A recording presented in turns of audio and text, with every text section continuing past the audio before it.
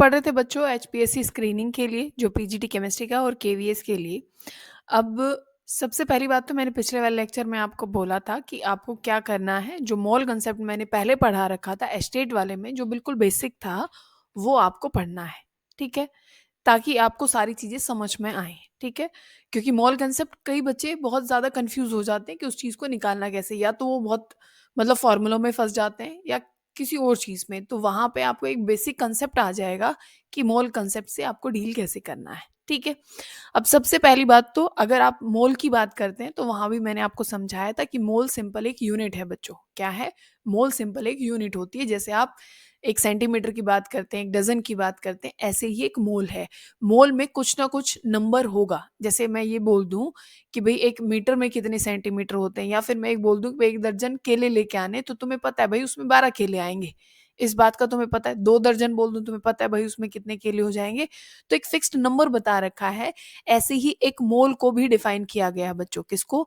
एक मोल को भी डिफाइन किया गया है कि उसमें किसी चीज़ का या तो आप बता सकते हो उसका मास कितना होगा कि भई 1 मोल कोई भी चीज़ बोलिए, मान लीजिए मैंने 1 मोल सोडियम बोला है, उसका मास आप बताएँगे, तो आप बता देंगे भई ठीक है 23 ग्राम होगा।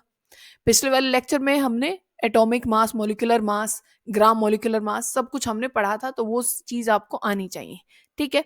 तो अब हम क्या है कि 1 मोल में जैसे मास से रिलेशन आपने बना दिया, आप नंबर से भी बना सकते हैं कि 1 मोल में कितना मतलब किसी चीज़ का नंबर ऑफ एटम होगा या नंबर ऑफ मॉलिक्यूल होंगे, तो वो होता है एवोगैड्रो नंबर जिसको आप Na से रिप्रेज़ेंट करते हैं, ठीक है? ये तीनों चीज़ें आपस में रिलेट करती हैं। अगर मान लीजिए ये कह दिया मैंने कि भई 23 ग्राम आपके पास या क्या है सोडियम है, तो उसमें ये बताइए कि कितने मोल होंगे? तो सिंपल सी बात है भई उसमें 1 मोल होगा। तो जो भी जिस भी चीज़ का जो आपका क्या होता है एटॉमिक मास होता है, वही उसका मतलब 1 मोल क्या बनाता है फ़ॉर्म करता है, 1 मोल, ठीक है? और नंबर ऑफ पार्टिकल हमेशा क्या रहेंगे बच्चों या नंबर ऑफ एटम क्या होंगे Na और अगर उस चीज़ के क्या हैं, जैसे भई H2O ले लिया गया है या फिर CO2 ले लिया गया है, इसका मॉलिक्यूलर मास मैंने बता दिया, मान लीजिए 44 आया, ठीक है? फिर मैं ये बोल दूँ भई 44 ग्राम ऑफ CO2 आपके पास है, तो ये कितने नंबर ऑफ मोल बनाएगा? तो आप सिंपल कह देंगे भई 1 मोल है। इसमें मैंने पूछ लिया इसमें नंबर ऑफ मॉलिक्यूल कितने होंगे? 44 ग्राम में नंबर ऑफ मॉलिक्यूल कितने होंगे? तो आप सिंपल कहेंगे भई Na होंगे क्योंकि ये आपस में रिलेट करती हैं तीनों की तीनों चीज़ें, 1 मोल भी, मास भी और एवोगैड्रो नंबर भी। चाहे उसमें एटम को ले लीजिएगा फिर या फिर मॉलिक्यूल क्योंकि मॉलिक्यूल की बात हुई है, तो मैंने बोला Na नंबर ऑफ मॉलिक्यूल होंगे। Na का मतलब है 6.022 इंटू 10 की पावर 23, ठीक है? और ये चीज़ बात ध्यान रखिएगा बच्चों क्योंकि सारे तरीके के बच्चे हम बेसिक भी हम बात करते हैं, बिल्कुल लो लेवल से बात करते हैं, तो वो चीज़ें एक अंडरस्टैंडिंग लेवल पे आ जाती हैं ताकि आप भी किसी को समझा पाएँ कि ये चीज़ कैसे होती है या क्या चीज़ होती है, ठीक है? तो ये चीज़ आपको ध्यान रखनी है, ठीक है? आप नॉर्मल फ़ॉर्मूला भी लगा सकते हैं। आप ये बोलते हैं कि भई जो नंबर ऑफ मोल हैं, वो कैसे निकालते हैं आप? मोल को समझ में आपको आ गया होगा कि मोल क्या है। तो एन आप कैसे निकालते हैं? आप निकालते हैं भई गिवन मास, जो भी मास दे रखा होगा बाय में मॉलिक्यूलर मास। अब आपको ये नॉर्मल सी बात आप देखो, ठीक है? अगर आपको क्या दे रखा होगा, गिवन मास दे रखा है भई 3 ग्राम है, किसी भी चीज़ का ले लिया, मान लीजिए एल्यूमीनियम का ले लिया उन्होंने। 3 ग्राम एल्यूमीनियम है, ठीक है? उसमें नंबर ऑफ मोल कितने होंगे? भई आपको ये पता है कि एल्यूमीनियम का होता है 27 ग्राम में 1 मोल बनता है, 27 ग्राम में बच्चों 1 मोल बनता है, तो 3 ग्राम में कितना होगा? तो ये आप कर सकते हैं। ये तो यूनिटरी मेथड मैंने लगा दिया कि 27 ग्राम में 1 मोल बनता है, तो 3 ग्राम में कितना मोल बनेगा? इस 3 ग्राम को ऊपर ले जाओ और 27 को ले आओ नीचे। देखो ये क्या बन गया अभी देखो, 3 ग्राम ऊपर गया है ना और 27 नीचे आया। मैंने फ़ॉर्मूला भी तो यही बनाया है। Given mass bye my molecular mass, ठीक है? तो या तो यूनिटरी मेथड लगा लो या फिर ऐसे लगा लो आपकी गिवन मास बाय मॉलिक्यूलर मास। पर ये आपके दिमाग में बहुत अच्छे से ये बात तो होनी चाहिए, यूनिटरी मेथड आपको फ़ॉर्मूला और कुछ भी लगाने की ज़रूरत पड़ेगी नहीं, आप अपने आप बता दोगे। जैसे आप बचपन में किया करते थे, 1 पेन इतने का आता है तो इतने सारे मतलब पेन कितने के आएँगे या टोटल इतने का है तो 1 पेन कितने का हो जाएगा, वो सारी चीज़ें यहाँ पे लगेगी। अब यहाँ पे क्या हो सकता है भई आपको क्या दे रखा होगा कि मोल दे रखा होगा। भई यहाँ पे 3 मोल हैं एल्यूमीनियम के। कितने हैं बच्चों? 3 मोल हैं और आपको उसका मास तो जो मॉलिक्यूलर मास है वो तो हमें सबको याद ही रहता है, भई सोडियम का कितना, हाइड्रोजन का कितना है, या फिर अपना एल्यूमीनियम का कितना है या ज़िंक का कितना है, इन सब का हमें मास याद रहता है, ठीक है? तो आपसे ये पूछा जा सकता है कि भई उसका वेट बताइए कितना होगा, कि 3 मोल में एल्यूमीनियम का कितना वेट हो जाएगा, क्या हम बता नहीं सकते? हमें सबको पता है। या तो यही यूनिटरी मेथड लगाओ कि 1 मोल में मास होता है कितना? 27 ग्राम। 3 मोल में कितना होगा? ये 3 यहाँ ले जाओ, या फिर क्या करोगे बच्चों, ये नॉर्मल फ़ॉर्मूला है कि number of mole is equal to given जो वेट होगा बाय में मॉलिक्यूलर। अब ये वाली चीज़ तो मेरे पास अभी है नहीं, मोल गिवन है, 3 मोल मैंने लिख दिए, मास मुझे पता ही है, मास कितना है 27 ग्राम, 27 को यहाँ ले जाओ, या तो ये कर लो। कर सकते हो कि नहीं कर सकते हो? तो सिंपल या यूनिटरी से जाओ या फिर इससे जाओ, पर दिमाग में ये चीज़ रहनी चाहिए कि भई ये एक फ़ॉर्मूला है, अगर ये चीज़ गिवन है, ये गिवन है तो मोल निकाल लोगे, अगर ये गिवन है, मॉलिक्यूलर मास तो नॉर्मल सी बात है, वो अंडरस्टूड ही होता है, वो हमें पता होना चाहिए, वो गिवन और मतलब हायर हो जाते हैं, जैसे कॉपर का, आयरन का, इनका कई बार गिवन होता है, जो हमें मोस्टली चीज़ें याद नहीं रहती हैं, वो आपको गिवन मिलेगा ही मिलेगा, ठीक है?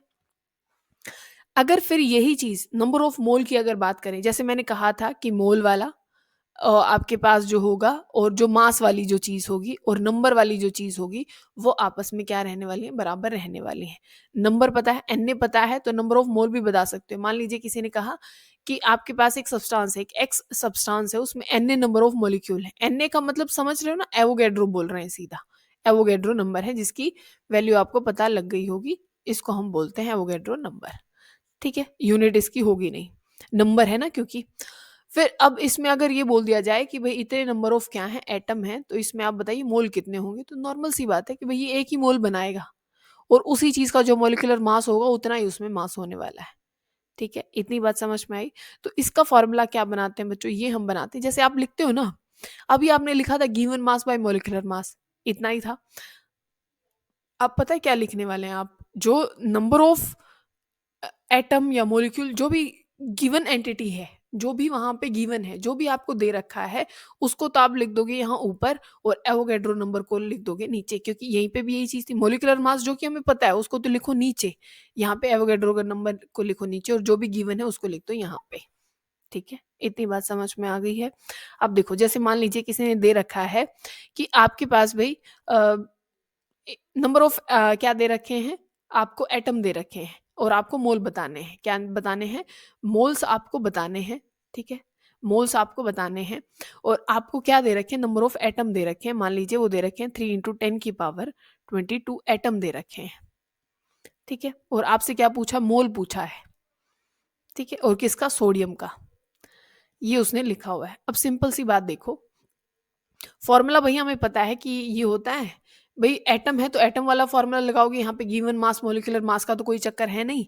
एटम की बात हुई है तो एटम से रिलेट करो। तो अब यहाँ पे क्या होगा कि भई नंबर ऑफ एंटिटी जो कि गिवन है वो लिख दो यहाँ पे 3 × 10 की पावर 22 एटम, और बाय में क्या आ जाएगा बच्चों आपके पास, जो कि अपना Na है, यही तो लिखोगे 0 टू 2 × 10 की पावर 23। यहाँ से आपका क्या आ जाएगा? नंबर ऑफ क्या आ जाएंगे बच्चों? मोल आ जाएंगे। ठीक है? ये कितना हो जाएगा? ये 2 हो जाएगा, और ये 22 है, और ये कितना है बच्चों? 23। यहाँ पे क्या बच जाएगा आपके पास? 10, क्योंकि 22 से 22 कट जाएगा, एक 0 रह जाएगी, तो 1 बाय क्या रह जाएगा? 20 रह जाएगा। तो ये आपके पास क्या आ गए? नंबर ऑफ मोल। तो ऐसे आपको निकालने हैं। तो बोलो, क्या आपको ये बात समझ में आ गई है बच्चों? फिर मान लीजिए आपसे पूछा गया है कि आपको बताने हैं कि नंबर ऑफ मॉलिक्यूल बताने हैं। क्या बताने हैं? नंबर ऑफ मॉलिक्यूल बताने हैं। अब की बार नंबर ऑफ एटम नहीं, मॉलिक्यूल है। नंबर ऑफ मॉलिक्यूल आपको बताने हैं, मॉलिक्यूल, ठीक है? किस में बताने हैं? 1.5 मोल ऑफ ग्लूकोज। ये ग्लूकोज को आपके मोल दे रखे हैं और आपको क्या बताना है? Number of molecule. ध्यान से देखिएगा, फॉर्मूला क्या लगाने वाले हैं भाई? एन। ये एन बाय Na, ठीक है? ये गिवन होता तो लिख देते, ये तो फिक्स्ड है ही, मतलब फिक्स्ड नंबर है, कांस्टेंट है, बचपन से ही कांस्टेंट है, और ये अपना Na है जो नंबर ऑफ मोल है। अब की बार नंबर ऑफ मोल गिवन है, लिख दो 1.5 उठा के लिख दो, और ये हमें निकालना है, ये हमें निकालना है नंबर ऑफ मॉलिक्यूल। ये हमें पता है कि नहीं पता है? बिल्कुल पता है, ठीक है? फिर इसको निकाल दो, इसको यहाँ ले जाओ, आ जाएगा आपके पास। बात समझ में आ रही है ना? या फिर सिंपल क्या करते, यूनिटरी मेथड से जाते, तो हमें ये पता है भाई एक मोल में जो नंबर ऑफ पार्टिकल होंगे वो होंगे ये एवोगैड्रो अपने, ठीक है, और हमें बताना 1.5 में, इसके थ्रू चले जाते, ये आके वही चीज तो आ जाती है, मल्टीप्लाई में आ जाता 1.5। बोलो बात समझ में आई है कि नहीं आई? अब मान लो इसमें आपसे मॉलिक्यूल ना पूछ के, ग्लूकोज में ग्लूकोज के मॉलिक्यूल ना पूछ करके आपसे क्या पूछ लिया जाता, ग्लूकोज का फार्मूला क्या लिखते हो, C6H12O6। इस चीज को ध्यान से सुनना बच्चों, इस चीज को ध्यान से सुनना। मान लीजिए ये तो मॉलिक्यूल है, हमें साफ साफ पता है भाई कंपाउंड है तो उसके मॉलिक्यूल हमसे पूछेंगे, मॉलिक्यूल ना पूछ के हमसे एटम पूछ लिया जाए, मॉलिक्यूल ना पूछ के एटम पूछ लिया जाए, तो आपको सिंपल क्या चीज करनी है उसको ध्यान से सुन, ध्यान से। जो भी आप नंबर ऑफ मॉलिक्यूल निकाल लाए ना, जैसे ये नंबर ऑफ मॉलिक्यूल आ जाएंगे, मतलब जो एवोगैड्रो नंबर है उससे मोल को मल्टीप्लाई किया, वो मॉलिक्यूल आ गए, उससे उस जो मॉलिक्यूल होगा उसकी एटोमिसिटी से मल्टीप्लाई कर दो तो वो नंबर ऑफ एटम आ जाएंगे। बात समझ में आ रही है? नंबर ऑफ एटम गिन लो कितने हैं, ये 6 है, ये 12, ये 6 और 6 12 हो गए, और ये 12, 12 और 12 24 हो गए। तो इस पूरी आइडेंटिटी को मान लीजिए, ये मैंने लिख दिया, मान लीजिए इसको x लिख देते हैं, इस पूरे उसको x से रिप्रेजेंट कर देते हैं, तो x इंटू क्या कर दोगे 24, तो फिर आपके पास क्या आ जाएगा, मतलब नंबर ऑफ मॉलिक्यूल इंटू में atomicity, number of atom calculate करके आपको दे देगा। ठीक है, एक कंपाउंड में मॉलिक्यूल पूछे तो नॉर्मल बताओ, नंबर ऑफ एटम पूछे तो उसके एटोमिसिटी से उसको मल्टीप्लाई कर दो मॉलिक्यूल निकाल करके, ये भी चीज आपको ध्यान रखनी है। ठीक है, इतनी बात समझ में आई। फिर बात आती है बच्चों मॉलिक्यूल, जो अपनी वॉल्यूम है उसके, मतलब मास की हमने देख ली, नंबर ऑफ एटम्स की देख ली, अब वॉल्यूम के बारे में देखते हैं। वॉल्यूम आपने पढ़ा होगा, एक एनटीपी पढ़ा होगा, नॉर्मल टेम्परेचर एंड प्रेशर, एक पढ़ा होगा STP, standard temperature and pressure, एक होता है एसएटीपी। क्या होता है बच्चों, एसएटीपी, एसएटीपी ये क्या होता है, standard ambient temperature and pressure, standard ambient temperature and pressure. Normal temperature pressure क्या होता है वो देखो, ये होता है प्रेशर, यहाँ पे होता है 1 atm। क्या होता है बच्चों, प्रेशर नॉर्मल जो एनटीपी है उसमें प्रेशर होता है 1 atm, और जो अपना टेम्परेचर रहेगा वो रहेगा 273 केल्विन, और जो वॉल्यूम रहेगी वो रहती है 22.4 लीटर, 22.4 लीटर। इतनी बात समझ में आई? एसटीपी में क्या होता है, इसको बोलते हो स्टैंडर्ड टेम्परेचर एंड प्रेशर। यहाँ प्रेशर तो 1 atm रहने, सॉरी नॉट एटीएम, यहाँ एक बार रहता है, प्रेशर क्या रहता है बच्चों, एक बार रहेगा। एसटीपी पे क्या रहेगा, एक बार रहेगा, यहाँ पे एक एटीएम रहेगा। यहाँ अगर आप किसकी बात करें टेम्परेचर की, तो 273 केल्विन ही रहता है। अगर वॉल्यूम की बात करते हो तो थोड़ा सा डिफरेंट है, थोड़ा सा आ जाता है, मतलब यहाँ पे इसको 22.7 लिखते हैं, इतना फर्क यहाँ पे रहता है। ये 22.4 थी, एसटीपी में इसको 22.7 लिखते हैं, इस चीज का फर्क आता है यहाँ पे। ठीक है, अगर आप बात करते हैं कि किसकी, एसएटीपी की, स्टैंडर्ड एम्बिएंट, क्या है स्टैंडर्ड लिख लोगे, ambient, standard ambient temperature and pressure, यहाँ पे प्रेशर रहता है बच्चों एक बार में, नॉर्मल में रहता है एक एटीएम, ध्यान रखेंगे। नॉर्मल अपना ये देखो, जो हम नॉर्मली हम क्या बोलते हैं कि भाई ऊपर जितना हमारे ऊपर प्रेशर लग रहा है वो एक एटीएम लग रहा है, यहाँ पे एक बार में होता है एसटीपी में। टेम्परेचर यहाँ पे रहता है 298 केल्विन रहता है, ध्यान रखेंगे। और वॉल्यूम यहाँ पे क्या रहती है बच्चों, यहाँ पे 24.6 लीटर, क्या है 24.6, यहाँ 22.4 है, यहाँ 22.7 है, और यहाँ पे क्या है 24.6 लीटर, यहाँ पे क्या रहती है बच्चों, वॉल्यूम रहती है। ठीक है, अब यहाँ पे आपसे वॉल्यूम मतलब दे करके और आपसे क्या पूछा जाए, मोल पूछा जाए, तो उससे कैसे डील करने वाले हैं वो आपको देखना है नॉर्मली कुछ भी नहीं है, जैसे वहां पे मास हुआ करता था यहाँ पे वॉल्यूम आ गई है। बात तो वही है कि ये लिख दो कि गिवन वॉल्यूम बाय में, जो आप यहाँ पे मोलिकुलर वॉल्यूम नहीं बोल सकते, ये स्टैंडर्ड है, ये स्टैंडर्ड है कि आपने 22.4 लिख दिया है। ठीक है ना, जैसे हमने लिखा कि नंबर ऑफ मॉलिक्यूल जो कि गिवन है, और जो स्टैंडर्ड हमने क्या माना है Na, और वहां पे भी हमने मास वाले में भी सेम किया था कि गिवन मास बाय में जो स्टैंडर्ड, जो अपना एक फिक्स्ड मास होता है, हर चीज का एक फिक्स्ड रहता है, वो मॉलिक्यूलर मास। ऐसे ही वॉल्यूम में करना है कि जो भी ये नंबर ऑफ मोल है और ये आपस में सबका रिलेशन रहेगा, ध्यान रखिएगा आप। और जो वॉल्यूम है उसमें भी आप क्या कर देंगे कि यहाँ पे वॉल्यूम हो जाएगी जो कि गिवन होगी, क्या होगी बच्चों, जो वॉल्यूम गिवन होगी, और जो आपकी एक स्टैंडर्ड वॉल्यूम है जो अपना 22.4 है वो यहाँ पे रहने वाली है, ये फिक्स्ड है। ठीक है ना, बात समझ गए? जैसे आपको मान लीजिए ये लिखा हुआ है कि भाई आपको नंबर ऑफ मोल कैलकुलेट करने हैं। क्या करने हैं? नंबर ऑफ मोल कैलकुलेट करने हैं। और वॉल्यूम आपको दे रखी है 11.2 लीटर, और वो किस चीज़ की दे रखी है भाई? वो हाइड्रोजन की दे रखी है। ठीक है ना? आपको नंबर ऑफ मोल बताने, नॉर्मल सी बात है, बता देंगे भाई n is equal to given volume ये है, और मोलिकुलर क्या हो जाएगी? 22.4 हो जाएगी। ये क्या हो जाएगी? 1/2। ये नंबर ऑफ मोल हो जाएंगे, आधे ही तो मोल है। ठीक है। या सिंपल देखो, आप इसको यूनिटरी मेथड से लगा लो, अगर आपको फार्मूला नहीं लगाना तो क्या लगाओगे वो देखो। आप कहोगे कि भाई ठीक है 22.4 में या एक मोल बनता है, 22.4 में एक मोल बनता है।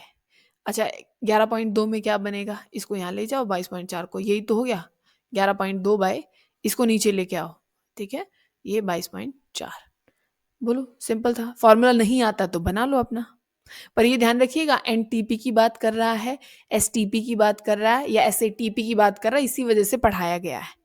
ठीक है ना? नॉर्मल होता तो फिर बताने की जरूरत क्या थी? बताया क्यों गया है? क्योंकि काम की बात थी। ठीक है ना? और जितने भी अब न्यूमेरिकल होंगे ना मोल्स वाले, वो आपको ट्राई करके देखने हैं। और ध्यान रखिएगा कि जो ये आपस में जितनी ये चीजें लिखी गई हैं, ये आपस में रिलेट भी की जा सकती हैं। कई बार जैसे आपने क्वेश्चन देखे होंगे कि भाई दो आपके पास एलिमेंट हैं, उनकी सेम नंबर ऑफ एटम है। ठीक है ना? उनका मास बता दीजिए क्या है। मतलब एटम से रिलेट करके, ये एटम से रिलेट करके और मास पूछ लिया गया है। मतलब आप इन दोनों को, इन दोनों फॉर्मूलों को कंबाइन कर सकते हैं, क्योंकि सारे तो फॉर्मूले मोल के हैं। ये सारे के सारे फॉर्मूले किसके हैं? मोल के। और किसी ने ये कह दिया नंबर ऑफ एटम सेम है, एटम सेम है, तो फिर तो आप रिलेट कर ही सकते हो। अभी क्वेश्चन करेंगे, ध्यान से देखना। ठीक है, अब देखो। पर ये बताना था मैंने कि इनको आपस में रिलेट कर सकते हो तीनों फॉर्मूलों को, इसी वजह से मैंने बोला है। ठीक है बच्चों, अब देखो, आपको ये बताना है कि नंबर ऑफ एटम बताने हैं आपको। क्या बताने हैं बच्चों? नंबर ऑफ एटम आपको बताने हैं। किस में बताने हैं? आपको बताने हैं बच्चों 16 gram of O3, 16 gram of O3। एक चीज और आप ध्यान रखना, मान लीजिए कहीं पे ये लिखा गया है कि ग्राम एटम्स, मान लीजिए मैंने लिख दिया 2 ग्राम एटम्स, 2 ग्राम एटम्स, इसका मतलब पता है क्या बच्चों? ये मोल दिए गए हैं। इस चीज को ध्यान रखिएगा, 2 ग्राम एटम्स, तो ये मोल को रिप्रेजेंट करता है। अब इसे गिवन वेट और ये मत समझिएगा, यहाँ पे इस पूरे को देखो, ये ऐसे लिखा हुआ मिलेगा 2 ग्राम एटम्स, तो इससे ये समझिएगा कि ये नंबर ऑफ मोल दिए गए हैं। 2 ग्राम एटम का मतलब ये है। यहाँ पे 10 ग्राम एटम भी लिख सकता है, वो रहेगा इसका मतलब मोल ही। तो ये चीज आपको समझनी है, स्टेटमेंट मतलब प्रॉपरली। ठीक है ना? अब देखो क्या बोल रहे थे कि आपको यहाँ नंबर ऑफ क्या बताने हैं? एटम बताने, किसमें? 16 ग्राम ऑफ किसमें बच्चों? O3 में। आपको वेट पता है कितना है? वेट आपको पता लग गया होगा भाई 16 ग्राम है। ये चीज आपको ध्यान आई होगी, तब मैंने एटोमिसिटी और ये सब कुछ आपको बताया था। कुछ याद आ रहा है ना? हाँ। तो यहाँ पे क्या बताना है? नंबर ऑफ एटम्स आपको बताने 16 ग्राम O3 में। तो यहाँ नंबर ऑफ मोल कैसे लिख सकते हैं? आप लिख सकते हैं कि given weight by molecular weight लिख सकते हैं। और यही आप, क्योंकि नंबर ऑफ एटम से रिप्रेजेंट किया गया है, तो इस फॉर्मूले को किससे रिलेट कर सकते हैं? N/Na से। ठीक है, ये आपके नंबर ऑफ एटम जो कि गिवन होते हैं, और ये आपका स्टैंडर्ड होता है। ये आपको पता नहीं है, ये आपको पता है। ठीक है, गिवन वेट आपको पता है, मोलिकुलर वेट आपको पता है, क्योंकि O3 आप निकाल सकते हैं। एक ऑक्सीजन का आपको पता है ना, कितना होता है? 16 होता है। 3 से आप इसको मल्टीप्लाई कर देंगे, मास आपके पास आ जाएगा 48 हो जाएगा। ठीक है, तो ये चीज आपको निकालनी है। देखो अभी आप क्या करेंगे भाई, एन है यहाँ पे, और यहाँ पे एटम नहीं आएगा, ये ध्यान रखिएगा। यहाँ पे क्या आएगा? मोलिक्यूल, क्योंकि मोलिक्यूल की बात कर रहे हो। पर मोलिक्यूल से एटम पे जाने के लिए एटोमिसिटी से मल्टीप्लाई करना पड़ेगा, इतना फर्क आने वाला है। वेट कितना है? गिवन 16 है। मोलिकुलर कितना है? 48 है। ठीक है, इसको यही ऐसे लिख देते हैं N/Na। Na, तो ये कितना आ जाएगा अपना? 3 आ जाएगा ना ये यहाँ पे। ठीक है, तो 1/3 इसको लिख लो। N इज इक्वल टू, ये इक्वली हो गए हैं तो इसको मत लिखो बेशक से। 1/3 इज इक्वल टू, ये आपको निकालना है N/Na। ठीक है, इतनी बात समझ में आती है। फिर आप क्या करोगे? इस चीज को यहाँ ले जाओ। ठीक है, ये हो जाएगा Na/3। अब मैंने क्या कहा था कि जो भी नंबर ऑफ मॉलिक्यूल आपके पास आ जाएंगे, ये आपको वैल्यू पता है ना कितनी है? Na को लिख सकते हो ना, 6.022 इंटू 10 की पावर 23। तो क्या करोगे, यहाँ पे लिख दोगे कि भाई इनटू में कितनी है एटोमिसिटी, कितने नंबर ऑफ एटम है 3, तो इसको मल्टीप्लाई कर दो 3 से, 3 से 3 कट गया, आपके पास नंबर ऑफ एटम कितने बच जाएंगे बच्चों, सिर्फ Na। देखो मैंने ये क्वेश्चन पहले भी आपको बता दिया था, आपको सिंपल सी बात थी यहाँ पे, 16 ग्राम आप दे रखा है आपको O3 का, उसमें नंबर ऑफ एटम बताने थे, मॉलिक्यूल पूछे होते तो आप नॉर्मल कर देते, ठीक है। आपको इतना पता है भाई मास और एटम को कंबाइन किया गया है, मास और मॉलिक्यूल को कंबाइन किया गया है, तो आपको दो फॉर्मूले लेने पड़ेंगे, ठीक है। कौन कौन सा, एक तो given weight by molecular weight, और नंबर वाला कौन सा, N बाय Na वाला है, ठीक है। ये आपको पता है, ये आपको पता है, ये आपको निकालना था, ये तो कांस्टेंट है ही स्टार्टिंग से, ठीक है। तो बस यही तो करना था, और मॉलिक्यूल की जगह, क्योंकि ये मॉलिक्यूल की बात हो रही है पर ये एटम पे जा रहा है, तो जो भी मॉलिक्यूल आप कैलकुलेट करके लाए हैं उसमें आप एटोमिसिटी से मल्टीप्लाई कर दो, आपका आंसर आ जाएगा, ठीक है। ये क्वेश्चन यहाँ पे आप कह सकते हो कि बहुत अच्छे बन सकते हैं, ठीक है ना, बात समझ गए। हाँ, तो ये चीज आपको ध्यान रखनी है। फिर है कि मान लो आपसे पूछा गया है कि नंबर ऑफ वाटर मॉलिक्यूल्स, ऐसे क्वेश्चन आपको मिलेंगे, आप ये 11th वाली जो प्रदीप वाली बुक है वहां से भी, जो मोल कंसेप्ट है वहां से कर सकते हैं, या आप बिल्कुल बेसिक स्टार्ट करना चाह रहे हैं कि बिल्कुल नॉर्मल क्वेश्चन करने हैं, वो आप 9th वाली जो अपनी लखमीर वाली बुक हुआ करती थी वहां से उठाएंगे, बेसिक क्वेश्चन करने हैं। तो फिर स्टैंडर्ड पे पहुंचना है धीरे धीरे, तो फिर आप किस में जाएंगे, जो प्रदीप वाली बुक है वहां से, या फिर आप कहीं से भी क्वेश्चन उठाइए और उसको करना शुरू कर दीजिए, आपका हो जाएगा, ठीक है। अब क्वेश्चन करते हैं कि मान लो बोल रखा है आपको कैलकुलेट करना है किसका, मास करना है सोडियम, ठीक है। आपको क्या क्या दे रखा है देखो, पहली बात तो जो क्वेश्चन मार्क है, कैलकुलेट करना है किसका, मास ऑफ सोडियम आपको कैलकुलेट करना है, मास ऑफ सोडियम बच्चों, ठीक है। सोडियम का मास कैलकुलेट करना है, उसमें क्या आपको डिटेल दे रखी है वो आप ध्यान से सुनो, ठीक है। उसने बोल रखा है कि उसमें क्या है कि सेम नंबर ऑफ एटम है जो कि किसमें प्रेजेंट है, 4 ग्राम ऑफ कैल्शियम में, 4 ग्राम ऑफ कैल्शियम में जो नंबर ऑफ क्या है एटम्स हैं, उतना ही इस सोडियम के मास में भी है, ठीक है। फिर से सुनो, मैं एक बार बोलती हूँ, एक बार ध्यान से सुनना, क्या है, calculate the mass of sodium, ठीक है, इतना समझ में आया, ये कैलकुलेट आपको करना है, कौन कैलकुलेट करना है, ये सोडियम का मास आपको कैलकुलेट करना है, which contains same number of atom as are present in 4 gram of calcium, ठीक है। इतने ही नंबर ऑफ एटम होने चाहिए जितने की किस में है, 4 ग्राम ऑफ कैल्शियम में है, तो वो कितना मास होगा, ठीक है। ये कितना मास हो कि इतने ही नंबर ऑफ एटम हो जो कि 4 ग्राम ऑफ कैल्शियम में होंगे, ये सिंपल सा क्वेश्चन है। अब देखो फिर से वही बात होगी, वेट और नंबर को क्या कर रखा है, रिलेट कर रखा है, ठीक है। देखो तो क्या करोगे, मोल है भाई आपस में बराबर है, और नंबर ऑफ एटम क्या होंगे भाई, सेम होने की उसने पहले ही बात कर रखी है भाई वो सेम है, ठीक है। तो आप given weight by molecular weight आप लिख सकते हो, या एटॉमिक वेट आप लिख सकते हो। फिर नंबर की बात चल रही है, नंबर ऑफ एटम की, तो n बाय n आप लिख सकते हो, ठीक है। सोडियम का वेट आपको पता है ना, क्या लिख दोगे, आपको मोलिकुलर वेट का पता है, गिवन नहीं दे रखा है, तो वो जाएगा 23, और आपको और क्या दे रखे हैं, मास दे रखा है। अब इस चीज को ध्यान से सुनो, ध्यान से सुनना यहाँ पे इस बात को।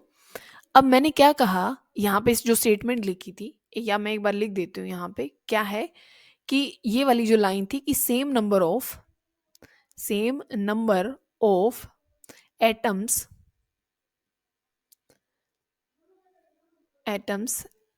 As are present in 4 gram of calcium, ठीक है। ये पहले क्या था, मास कैलकुलेट करना था हमें सोडियम का, उसमें क्या है, सेम नंबर ऑफ एटम्स। अब ध्यान से सुनो, मतलब ये चीज क्या है, सेम नंबर ऑफ एटम, ये चीज तो सेम हो गई, कांस्टेंट हो गई दोनों में ही, कैल्शियम वाले में भी, कैल्शियम वाले में भी, और अपने सोडियम वाले में भी। मतलब कि आप क्या कर सकते हो भाई, इस चीज को तो यहाँ से नेग्लेक्ट हटा सकते हो, क्योंकि दोनों चीजें आपस में क्या है, बराबर है। तो इसका वेट और जो कैल्शियम वाले का वेट है, क्या आप उसको कंबाइन नहीं कर सकते, मतलब आप ये नहीं लिख सकते कि ये तो मान लो आप सोडियम वाले की साइड ले लें, और यहाँ पे आप किस चीज की ले लें, जो अपना कैल्शियम वाला है उसकी, ठीक है। तो क्या आप ये लिख सकते हैं यहाँ पे कि भाई गिवन वेट क्योंकि दे रखा है 4 ग्राम ऑफ कैल्शियम, मोलिकुलर क्या है कैल्शियम का 40, तो क्या आप ये वेट नहीं निकाल सकते? क्योंकि वो पहले ही बोल चुका है कि जो नंबर ऑफ एटम्स हैं वो दोनों में क्या है, वो सेम है, जो कि 4 ग्राम ऑफ कैल्शियम में प्रेजेंट होने वाले हैं। उसी का तो मास निकालना है आपको सोडियम का। तो ये चीज कांस्टेंट करते हुए मैंने इन दोनों को आपस में रिलेट कर लिया, क्योंकि नंबर ऑफ एटम दोनों में सेम ही रहेंगे। तो मास वाली जो चीज है उसको हम क्या कर सकते हैं बच्चों, आपस में रिलेट कर सकते हैं। ठीक है, इतनी बात समझ में आ गई है? बोलो। अब देखो एक क्वेश्चन और है जहां पे आपको नंबर ऑफ वाटर मॉलिक्यूल निकालने हैं। ठीक है, आपको दे रखा है 252 gram of oxalic oxalic acid, सबको पता है ना, मान लो यहाँ फॉर्मूला लिख देते हैं H2C2O4 और यहाँ पे 2H2 है। इस क्वेश्चन को ध्यान से करना और ध्यान से समझना। ये चीज आपको दे रखी है, ठीक है। यहाँ पे आपको क्या करना है, find the number of water molecules present in 250, जो 252 ग्राम ऑफ ऑक्सैलिक और डाइहाइड्रेट, क्योंकि 2 पानी के मॉलिक्यूल है इसमें। क्या निकालना है, वाटर मॉलिक्यूल्स आपको बताने हैं। ठीक है, नंबर बताना है ना, वाटर मॉलिक्यूल्स आ गए हैं, नंबर ऑफ वाटर मॉलिक्यूल्स। अब देखो क्या करोगे, आपके पास एक चीज तो यहाँ पे प्रेजेंट है, mass, given mass by molecular mass. ठीक है, और देखो फिर से क्या किया, वेट और नंबर को रिलेट किया गया है बस में। तो क्या कर दो, आप ये करो कि भाई आप लिखो 252 ये मास है, और अगर आप इसका टोटल मास कैलकुलेट करते हैं तो ये आ जाएगा 126। कितना आ जाएगा, 126 आ जाएगा। इसको नंबर से रिलेट कर दो, n बाय एन ए।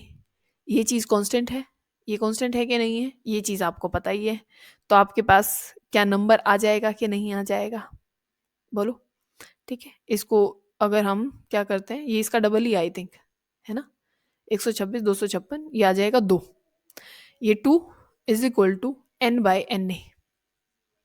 इस एन ए को यहाँ ले जाओ, n आ जाएगा 2 इंटू एन ए। पर क्वेश्चन सॉल्व नहीं हुआ है, क्वेश्चन अभी सॉल्व नहीं हुआ है। ये मान लो आप यहाँ पे मॉलिक्यूल तो ये आ गए, अब यहाँ एटम पूछेंगे तो आप बता सकते हो ना। ये तो मान लो आप नंबर ऑफ मॉलिक्यूल आपने बता दिया, नंबर ऑफ एटम बता सकते हो कि क्या होगा, एटोमिसिटी से मल्टीप्लाई कर दो ना। मतलब क्योंकि यहाँ पे सिर्फ देखो, फिर से मेरी बात ध्यान से सुनो, नंबर ऑफ मॉलिक्यूल के लिए भी आपको क्या करना होगा, ये 126 की बात चल रही है क्योंकि इसमें 2 वाटर मॉलिक्यूल हैं। कितने हैं, 2 हैं, और आपको निकालना था 252 में। ये तो 126 का है, 126 का है ना, आपको निकालना कितना है 252 में। एक में कितना है, 2। यहाँ पे एटम नहीं, एटम में तो इसके एटम लिए जाएंगे भाई, ये 2 और ये ऑक्सीजन, इसके एटम कंसिडर किए जाएंगे। पर ये मॉलिक्यूल भी तो देखो ना, 126 में 2 हैं। 126 ग्राम में कितने नंबर ऑफ एटम है H2O के, 2। हमें निकालना किस में है, 252 में निकालना है। तो ये जो आपके पास एंटिटी आई है ना, इसको भी आपको किससे मल्टीप्लाई करना पड़ेगा, 2 से मल्टीप्लाई करना पड़ेगा, तब जाके आपके पास क्या आएगा, नंबर ऑफ वाटर मॉलिक्यूल आएंगे। क्योंकि ये तो आपने कंसिडर किया ही नहीं था, 2 कहाँ कंसिडर किया, हमने तो सिंपल लिख दिया ना कि भाई n by N A, n by N A, और जो मास था वो हमने ले लिया। हमने ये तो देखा ही नहीं भाई 126 में भी तो 2 एटम है ना।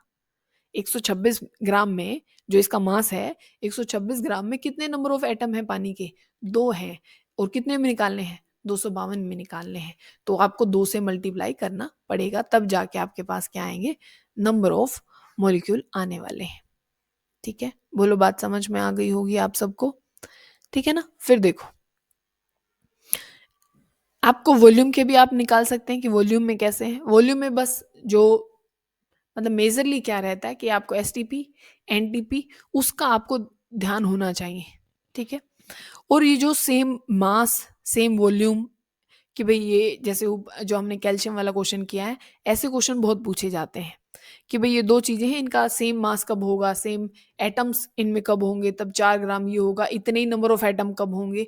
ऐसे ऐसे क्वेश्चन बहुत सारे पूछे जाते हैं। तो आपको जो ये जो मैंने रिलेट करना सिखाया है कि मास और भाई नंबर वाली जो चीज है, वो आपको बहुत अच्छे से आनी चाहिए। एक क्वेश्चन और सीखो, आपको और चीजें मतलब एक मतलब रिलेशन आ जाएगा करना कि कैसे कैसे रिलेट किया जा सकता है। ठीक है, देखो लिख देते हैं कि क्वेश्चन है एक सैंपल, अ सैंपल।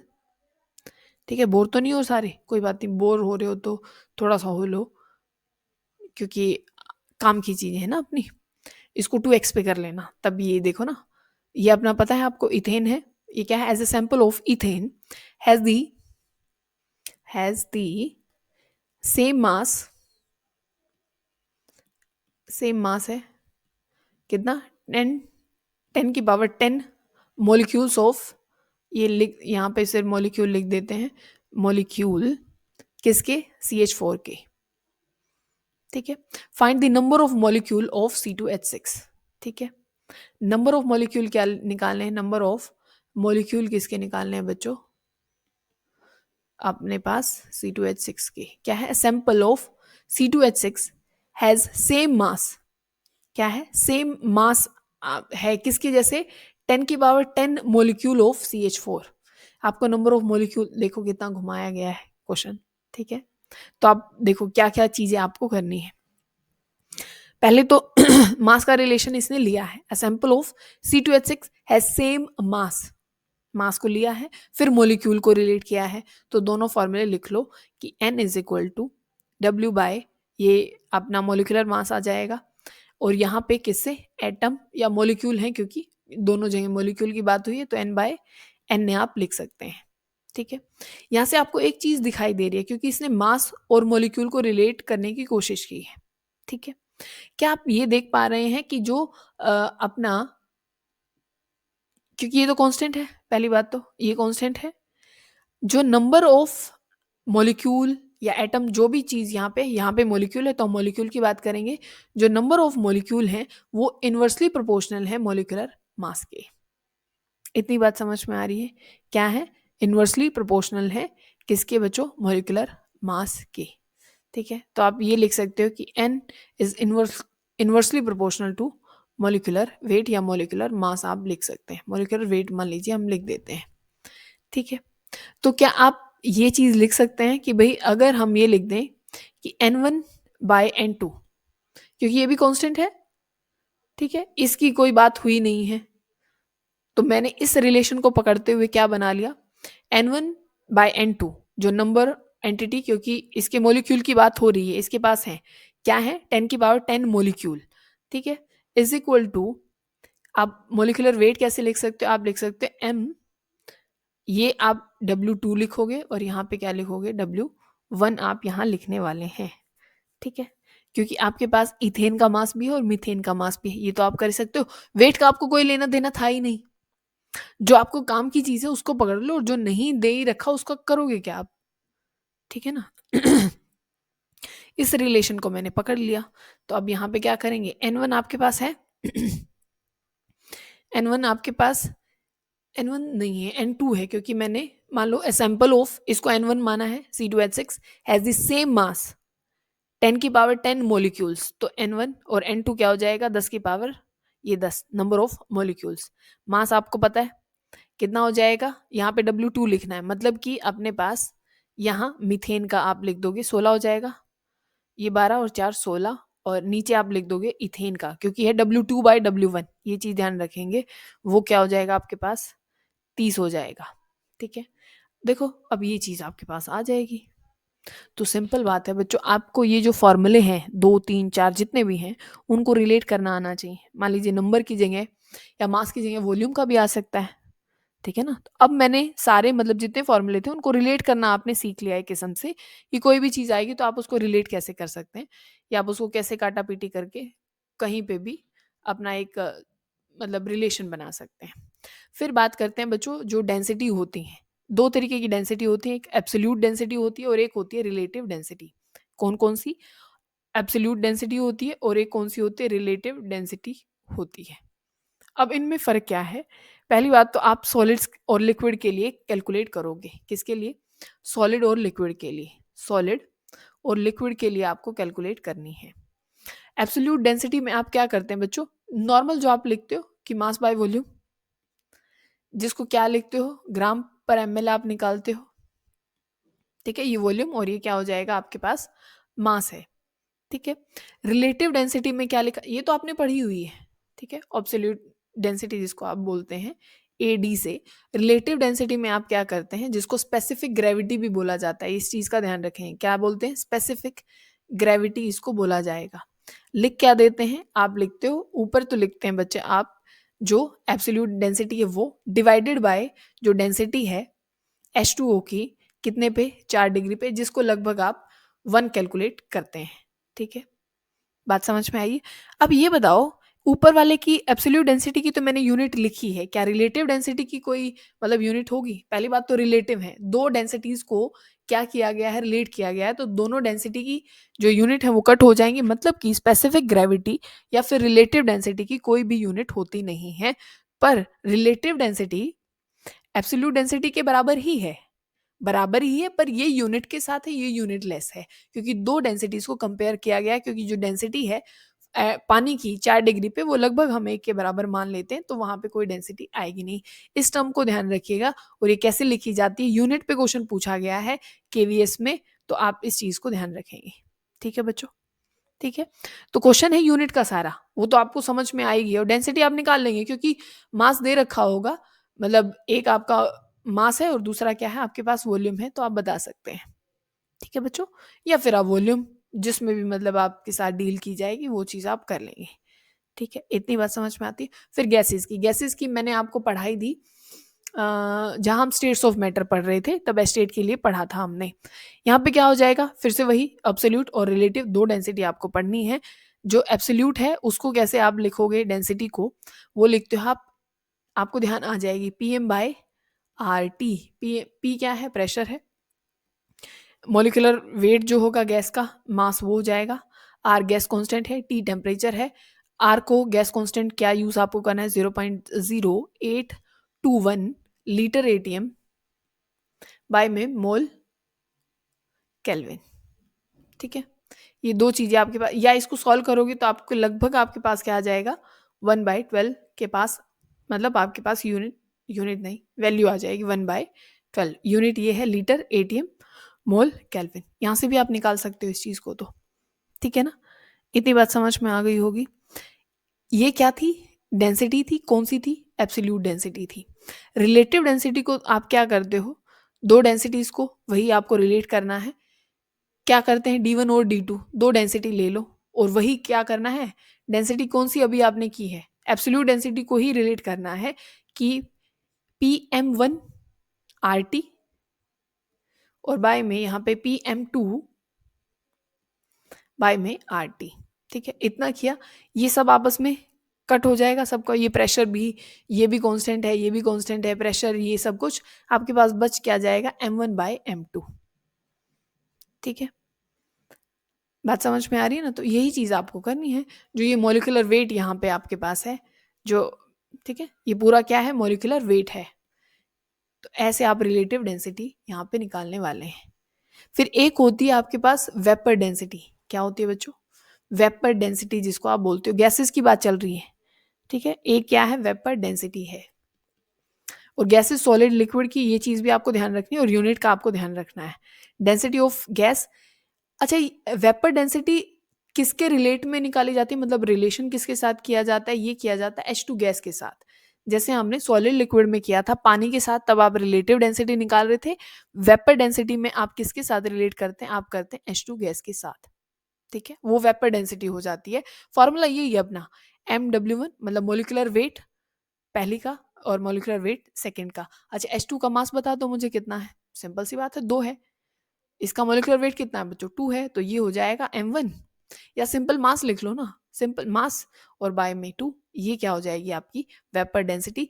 मतलब आपको पता होना चाहिए वेपर डेंसिटी क्या है, तब आप उसको किससे रिलेट करते हो, हाइड्रोजन गैस के साथ। तो ये क्वेश्चन बन जाता है अपने आप में कि वेपर डेंसिटी में किस गैस के साथ मतलब उसको रिलेट किया जाता है, किसी भी गैस को और किसी गैस को H2 के साथ मतलब क्या किया जाएगा, कंपेयर किया जाएगा, तो वो क्या हो जाती है, वेपर डेंसिटी हो जाती है। ठीक है, इतनी बात समझ में आ गई आप सबको।